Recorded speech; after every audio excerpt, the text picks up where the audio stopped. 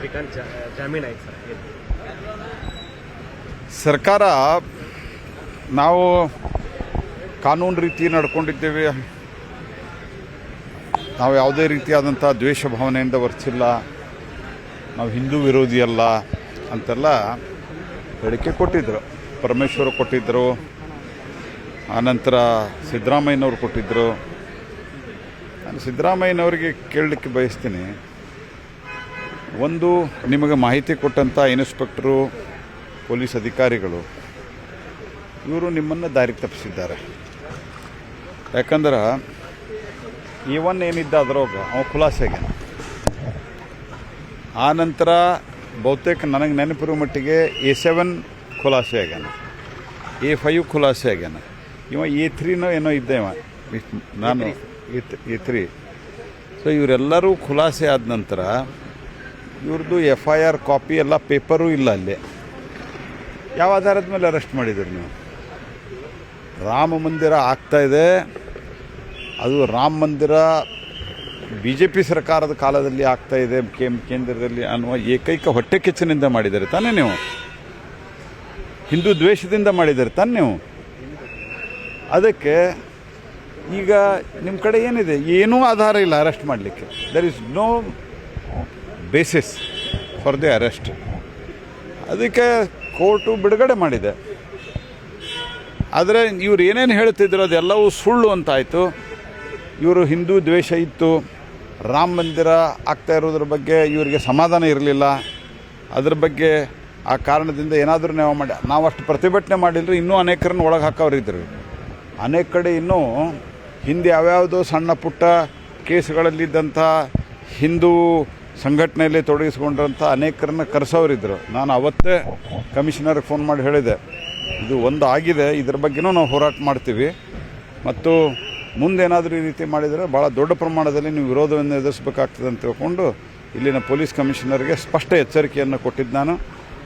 ಅದಾದ ನಂತರ ಇದರದ್ದು ಹೋರಾಟದ ತೀವ್ರತೆ ಕಂಡು ನಿಲ್ಲಿಸಿದರು. ಅದರ ಉದ್ದೇಶ ಸರ್ಕಾರ ಇದನ್ನ ಇಲ್ಲಿ ಅಧಿಕಾರಿಗಳನ್ನು ಬೈಲಿಕ್ಕೆ ಹೋಗಿದ್ರೆ ಸರ್ಕಾರವೇ ಇದನ್ನು ನಿಂತು ಮಾಡಿಸಿದೆ. ಸರ್ಕಾರ ಇದಕ್ಕೆ ಕ್ಷಮೆ ಕೇಳಬೇಕು. ಸಿದ್ದರಾಮಯ್ಯನಂತ ಮುಖ್ಯಮಂತ್ರಿಗಳಾದಂಥವರು ಈತ ರಾಮ ಭಕ್ತ ಅಲ್ಲ, ಸಮಾಜಘಾತುಕ ಒಬ್ಬ ವ್ಯಕ್ತಿ, ರೌಡಿ ಶೀಟರು, ಆತನ ಕೇಸ್ಗಳನ್ನು ಬಿಡುಗಡೆ ಮಾಡ್ತಾರೆ.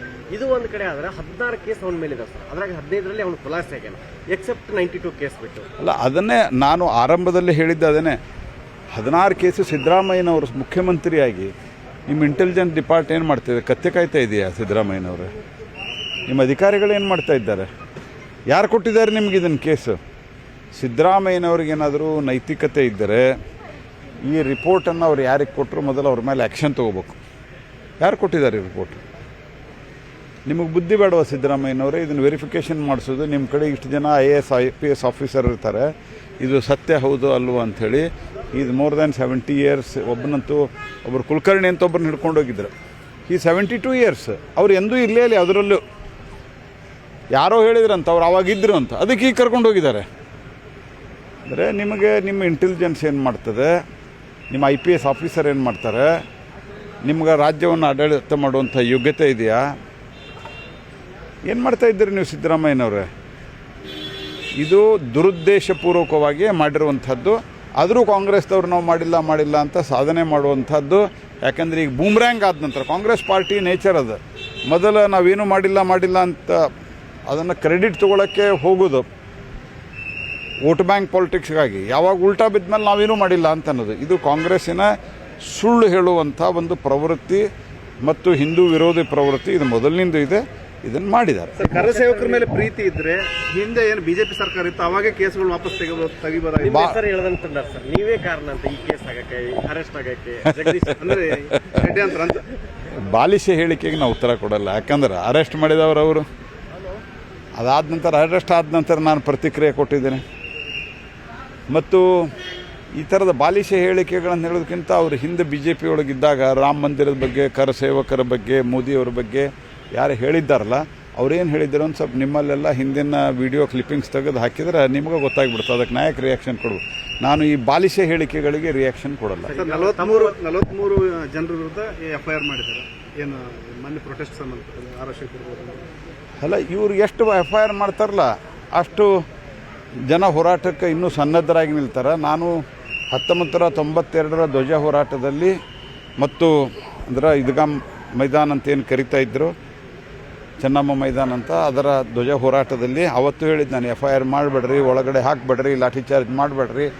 ಅದಾದ ನಂತರ ಅವರು ನಮ್ಮ ಮೇಲೆ ಗೋಳಿಬಾರ್ ಮಾಡಿದರು. ಗೋಳಿಬಾರ್ ಮಾಡಿದವ್ರನ್ನ ಆಮೇಲೆ ಜನ ಓಟ್ ಮೂಲಕ ಅವರು ಗೋಳಿಬಾರನ್ನು ಮಾಡಿದರು.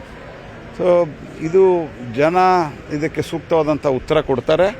ತಾವು ಮಾಡಿದ್ದ ತಪ್ಪನ್ನು ಒಪ್ಪಿಕೊಂಡೋ ಇಲ್ಲ ನಾವು ಸರಿ ಮಾಡ್ತೀವಿ ಅಂತ ಹೇಳೋದ್ರ ಬದಲಿಗೆ ವಿರೋಧ ಪಕ್ಷದ ನಾಯಕರು MLAಗಳು ಎಲ್ಲರ ಮೇಲೂ FIR ಮಾಡೋದು ಇದು ಸರ್ಕಾರದ ಸರ್ವಾಧಿಕಾರ ನೀತಿಯನ್ನು ತೋರಿಸ್ತದೆ.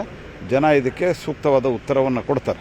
ಒಬ್ಬ ನಿರಪರಾಧಿಯನ್ನ ಅಪರಾಧಿ ಅಂತ ಬಿಂಬಿಸಕ್ಕೆ ಹೋದ್ರೆ ಸರ್, ಈಗ ಯಾರ ಮೇಲೆ ಆಕ್ಷನ್ ಆಗುತ್ತೆ? ಅಲ್ಲ, ಅದನ್ನೇ ಸುಳ್ಳು ಪ್ರಕರಣವನ್ನು ಯಾರು ನಿಮ್ಗೆ ರಿಪೋರ್ಟ್ ಮಾಡಿದ್ರು, 16 ಕೇಸುಗಳು ಜೋಶಿಯವರೇನು ಜಡ್ಜಾ ಅಂತ ಕೇಳಿದ್ರಲ್ಲ, ನೀವೇನು ಜಡ್ಜ್ ಆಗಿದ್ದೀರಿ ಸಿದ್ದರಾಮಯ್ಯನವ್ರು? ಈ ಮಾತನಾಡಬೇಕಾದ್ರೆ ನೀವು ಒಬ್ಬ ರಾಜ್ಯದ ಮುಖ್ಯಮಂತ್ರಿಗಳು. ರಾಜಕೀಯದಲ್ಲಿ ಕೂಡ ನಾನು ಅತ್ಯಂತ ಗೌರವದಿಂದ ಹೇಳ್ತೇನೆ, ನಮ್ಗಿಂತ ಸೀನಿಯರ್ ನೀವು, ಲಾಯರ್ ಕಾನೂನನ್ನು ಓದ್ದವರು, ಮುಖ್ಯಮಂತ್ರಿ 2ನೇ ಸರ್ತಿ ಮುಖ್ಯಮಂತ್ರಿ, ಇದಕ್ಕಿಂತ ಮೊದಲು ಅನೇಕ ಸಾರಿ ಬಜೆಟ್ ಮಂಡಿಸಿದಿರಿ. ನಿಮಗೆ ಜ್ಞಾನ ಬೇಡವಾ ಏನು ಮಾತಾಡಬೇಕೇನಿಲ್ಲ ಅಂತ?